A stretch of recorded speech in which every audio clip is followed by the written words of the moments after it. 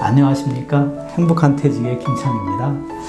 우리가 퇴직을 하게 되면 여러 가지 직업에 대해서 관심을 갖는데요. 그 중에서 커피, 카페 이러한 부분이 많은 사람들이 창업하는 아이템이 아닌가 싶습니다. 오늘은 카페 창업에 대해서 알아보고자 합니다. 안녕하십니까? 네, 안녕하십니까? 그 카페를 직접 운영도 하시고요. 네.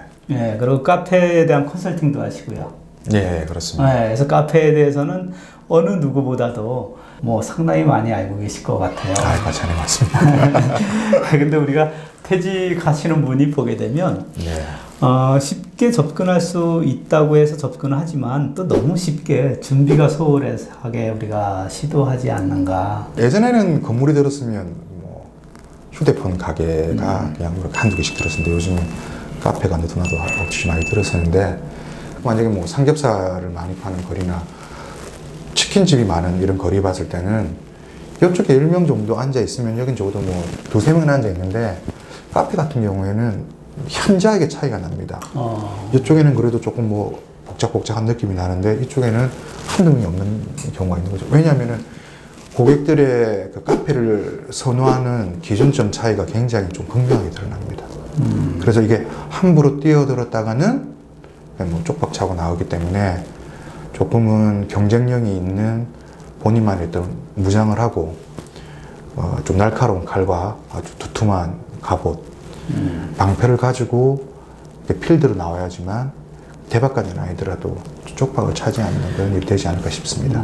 퇴직을 하는 사람들은 이제 어떤 창업을 했었을 때 실패를 한다고 하면 그 리스크가 상당히 크단 말이에요. 그렇죠. 실질적으로 여러 가지 좀 안 되는 요소부터 조금 제가 이야기를 해드리고 싶은 게 뭐냐면은 일단 창업 준비 기간이 좀 짧습니다. 대표님이 생각하시기에 그 카페 창업, 안 그러면 그냥 카페 창업까지는 아니더라도 그냥 대한민국에 제일 많이 하는 게 이제 요식업 쪽을 많이 하는데, 물론 음식점, 카페 다 포함해서 요식점인데, 그 준비하는 사람들이 대강 어느 정도 준비하고 실제 창업을 할 것 같습니까?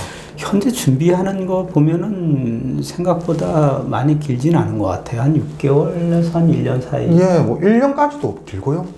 3개월에서 6개월 정도만 준비를 하고 이제 전쟁터에 나가는 건데, 저는 한 3가지 정도의 분야에 대해서 조금 무장이 되게 생각해요. 첫 번째, 컨셉이라는 어떤 그 개념들을 머릿속에 좀 정리해야 된다는 생각이 들거든요. 두 번째로는 브랜딩. 세 번째는 마케팅. 이 3가지 정도는 머릿속에 조금 담아야지 본인이 조금 롱런할 수 있는, 그게 소위 말해서 건물로 따진다 그러면 우리가 조금 높은 건물을 지을 때는 이제 철근을 넣죠. 저는 이게 철근을 넣는 작업이라고 저는 생각을 하거든요. 근데 철근을 넣지 않고 10층짜리 건물을 짓는다? 어느 정도는 견디겠죠. 근데 어떤 지진, 강풍이 불 때 과연 오래 갈 수 있을까요? 저는 그렇게 생각하지 않습니다. 준비를 철저하게 한다고 하면 제가 아직 퇴직을 안 했어요. 그럼 퇴직 전 단계에서는 무엇을 준비하는 게 바람직하겠습니까? 기초 체력 다지기. 요걸 정도를 저는 어떻게 했냐면 한 6개월 동안, 그러니까 1년 중에서 6개월 동안 한 30권 정도 보시라. 그러면 6일에 한 번이니까 일주일에 한 번씩은 좀 보셨으면 좋겠어요. 그럼 6개월이면 30권 됩니다. 이걸 딱 보고 나면은 내가 창업을 어떤 식으로 해야 되겠구나. 그러면은 어떤 그림이 그려져요. 근데 그런 기초 체력이 없는 상황에서 길거리 가면은 다 내가 하면 다 될 것 같이 보여요. 근데 중요하게 이 카페가 성공하는 이유, 혹은 엊그제까지만 있던 카페가 없어졌는데 카페가 사라진 이유를 발견을 못 합니다. 하지만 그런 기초 체력을 한 6개월 정도 책을 읽으면서, 안 그러면 관련된 학습을 하든지 강좌를 듣거나 유튜브를 보면서 딱 보면서 느끼면은 이제 눈에 보이죠. 그 정도 지나고 나면 이제 6개월 정도가 남게 되는데, 그때 되는 시점에서는 저는 이제 자료를 조금 이제 모았으면 좋겠어요. 실질적으로 벤치마킹인데, 벤치마킹을 할 수 있는 방법은 한 2가지가 있죠. 직접 본인이 가서 보고 찍고 라이팅을 해서 하는 방법이 있고, 제일 이제 또 두 번째 편하는 거는 누군가가 만들어 놓았던 소스를 보는 거죠. 뭐 검색을 해서 이제 그 포스팅한 것들을 간접적으로 보거나 뭐 했던 건데, 이 직접 간접적인 것들을 다 하나로 좀 모아놨는 자기만의 그 어떤 창업 뱅크라고 해야 됩니까?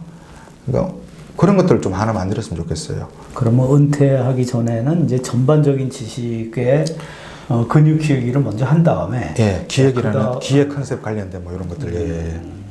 그 다음에 이제 명확하게 자기의 그 디렉션이 나올 수 있도록 예, 밑그림을 좀 그리는 거죠. 예, 예. 그 이제 은퇴를 딱 했어요. 퇴직을 은퇴를 했어요. 했습니다. 그러면 이제 실질적으로 우리가 육하원칙이라는 단어를 쓰지 않습니까? 저는 그 중에서 W 세 개를 조금 정확하게 우리 창업하는 사람도 갖고 있으면 좋겠어요. 뭐냐면은 어떤 고객에게 어디서 어떤 상품을 팔 것인가 대해서를 내가 창업을 한다라는 결정을 하는 순간부터 이 세 가지는 계속 머릿속에 담고 가셔야 됩니다. 실질적으로. 그 세 가지는 전부 다 연동이 되네요. 연동이 되는 거죠. 실질적으로. 본인이 조금 뭐 노후를 준비하기 위해서 부동산 조그만 상가를 미리 이제 이렇게 매입을 했을 경우에는 외화는 정해져 있죠.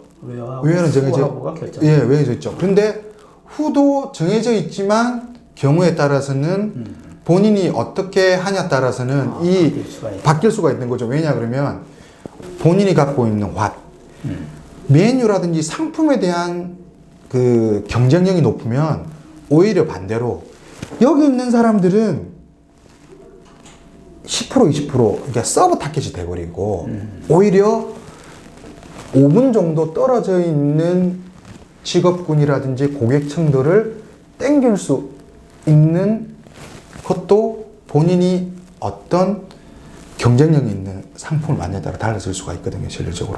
그렇지만 처음에 말씀하셨던 요 세 가지 정도는 계속 그 인지를 하고 가야 된다는 거죠.